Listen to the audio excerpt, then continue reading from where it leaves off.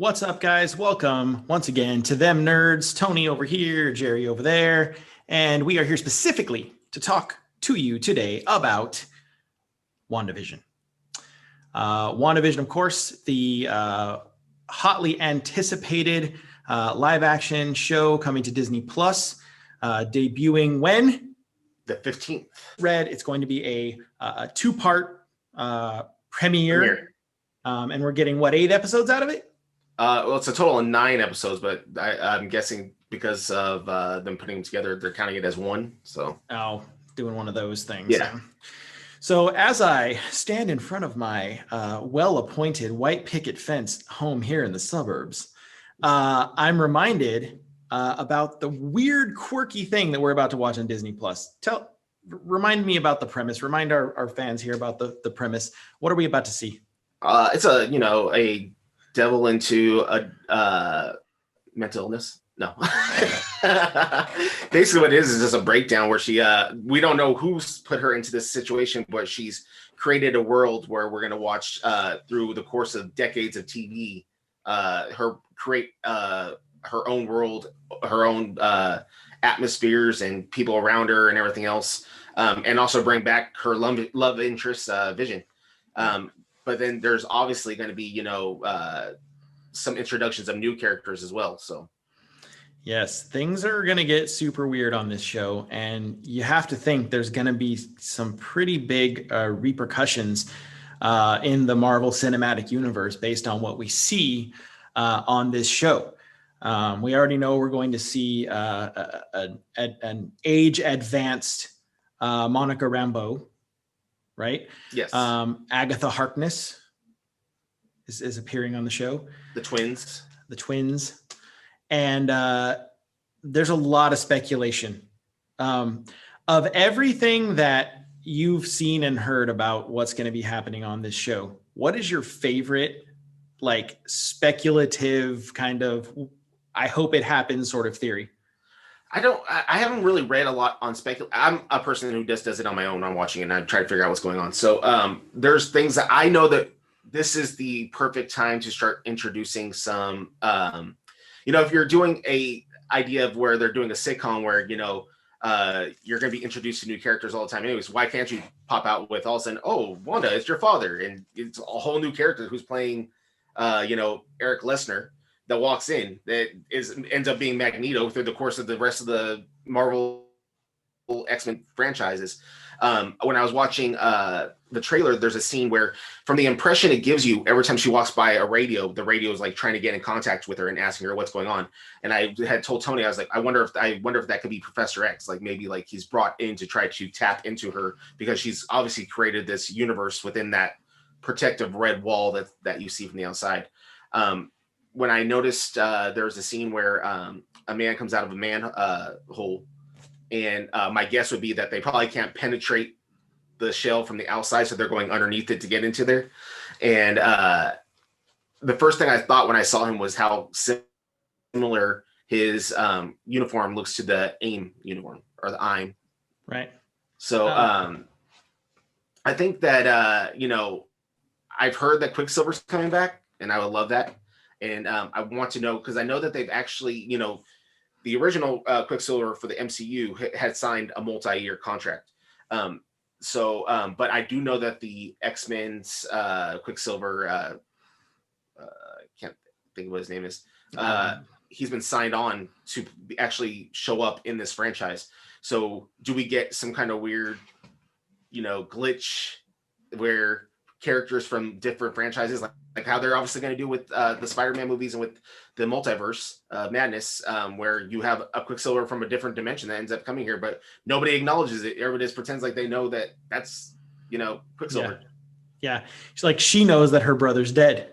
Yeah. But it may be this weird thing where her brother comes over and everybody else is like, oh no, your brother's totally fine. Yeah. But it ends up being Quicksilver from the Fox X-Men movies. Yeah. And you're just like, and we know that she knows that it's not right, but everybody else is just like, everything is fine here in the neighborhood. And it's actually a great way to do it.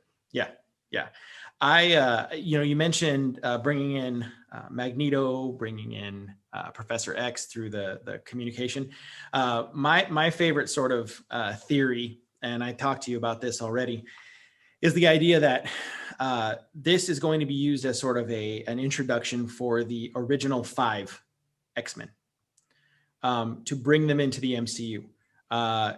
Like maybe Professor X is trying to communicate with her because he knows that she's been kind of like lost to the years. I like the idea that there could have been some connection between him and the Maximoffs prior to their appearance in the MCU. We talked about how Sword might play a part here, and Hank McCoy having experience with Sword. Yeah. Kind of got me excited about this idea that, it's not that far fetched to think that you could have, Jean Grey, Scott Summers, Bobby Drake, Warren Worthington, and Hank McCoy kind of playing these like ancillary characters in this world that Wanda's in, all at the behest of Professor X. Yeah. Getting them in there to try to extract her and bring her back out into the world, and kind of like they've lost contact with her and they're trying to like get her back, and they know her whole deal. I also think, I really never put that together until you just said that. But, there's a scene in the trailer where there's a helicopter circling this dome. Mm-hmm. And then you see a couple scenes later where Wanda's holding the exact same replica of that helicopter, but it's now a toy. And so the idea that maybe that dome starts off small and then it's slowly progressing. Well, the movie starts off in the show starts off in the 1950s. It's completely believable that she's created the 1950s. Well, who else was in the 1950s? Right. The X-Men. Yeah. So you could be, and as you notice as it goes to like 1950s, and then it goes to the 60s, and it goes to the 70s to Full House, none of the supporting casts are getting any older. They're just moving along with her, changing with it. So it could be that something when everything ends at the very end, that all these people she's created within this town are now real people in there. You could have a whole village full of people who are mutants. Sure. Yeah. That are now sending a population of people. What are you supposed to do with them? Right. Well, yeah. You just solved the whole MCU for them. Boom. Boom. Look at us. Pay us. Yeah. Or at least give us a like, subscribe, and a comment.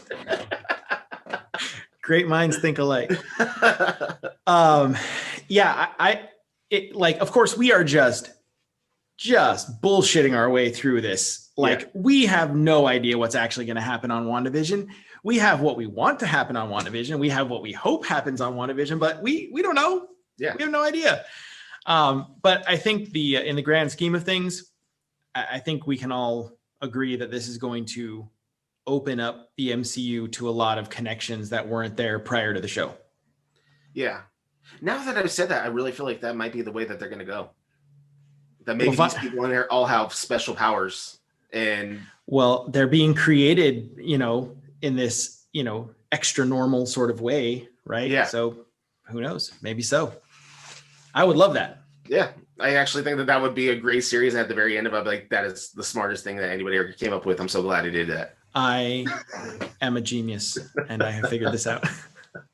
I don't know. Are we going to see, business mogul Warren Worthington playing some kind of a part here while hiding the fact that he has big ass wings? Are we going to see Hank McCoy working behind the scenes, hiding the fact that he's got big ass furry blue feet? Well, especially, if you think about it this way, man, I think I've come up with the whole movie. What if the world collapses and all those people are out into the real world? Well, on Halloween, and that whatever costume they're wearing is what they end up becoming. So he's dressed up like a beast. He ends up blue. He's an angel. Why am I blue? He ends up with the wings. She's wearing that red costume. Now suddenly she's the Scarlet Witch.